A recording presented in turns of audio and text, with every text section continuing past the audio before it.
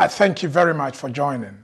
Today we look at the Nationality Borders Bill, which is before Parliament and has received second reading.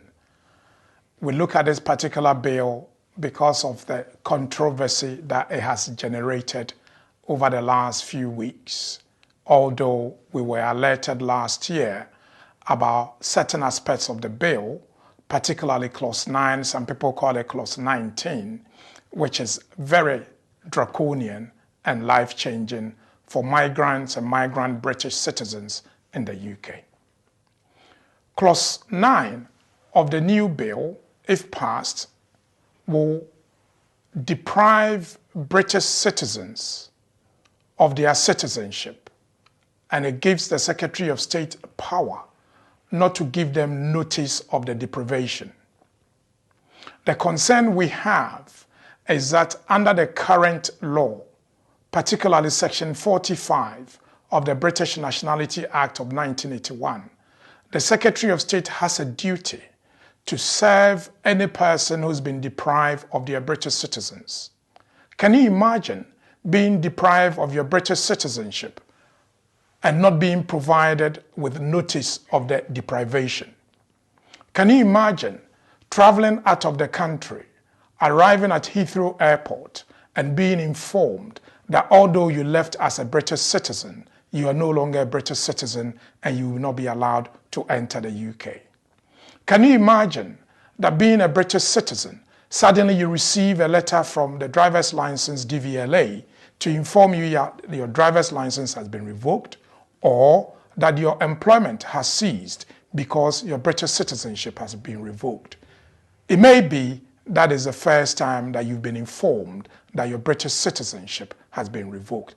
This is why members of Parliament on both sides have raised particular issues with this aspect of the law. How can they deprive you of your citizenship without notification? Your citizenship can be revoked without notification, one, if it is impractical to inform you. Impracticability has not been defined. Two, where they do not know your whereabouts. Three, if there are national security concerns. Four, for diplomatic reasons. And five, for any other reason which is in the interest of the state. Ladies and gentlemen, this is where we have problems with this particular bill. Who defines what impracticability is? Who defines what diplomatic relationship is? Who defines what for matters of state security? We are all aware that decisions made by the Secretary of State for the Home Department, if it goes to court, at least over 40% of those decisions are either declared unlawful, illegal, or not in accordance with the law. Does it mean that revocation decisions will also give rise to illegality, unlawfulness? My advice to all of you is that speak to your MP even at this late stage, because laws can be revoked or amended. My advice to you is that this also affects our children who've been born in the UK.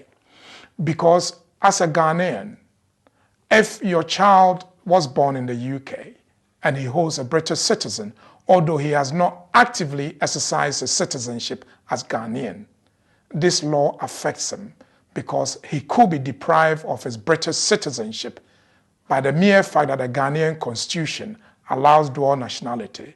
They could define him to be a Ghanaian. Therefore, we must be very careful, because the circumstances under which this law can be applicable to you is very profound in situations where there are issues of national security, in situations where the Secretary of State believes that your presence here is dangerous to national interest or the public interest or the national security. We must therefore speak up. We must therefore speak to our MPs. We must therefore ask our Prime Minister to have a second look at this law and possibly to have it amended. If it's not amended whilst it's in play, Can I ask all of you to speak to your children that although they hold British citizenship, that citizenship can be taken away because they also hold dual Ghanaian citizenship.